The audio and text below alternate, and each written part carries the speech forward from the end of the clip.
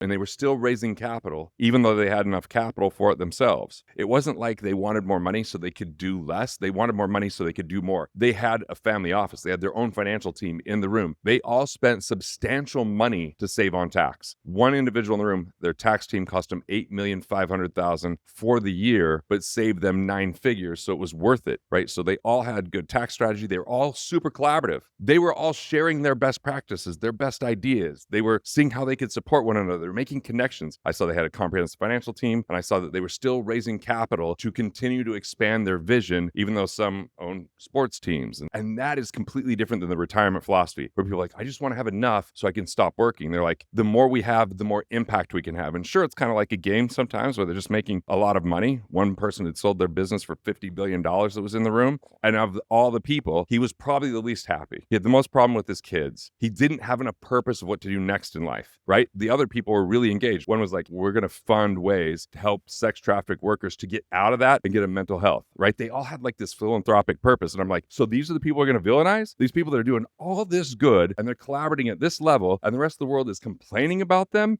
We should be learning from them.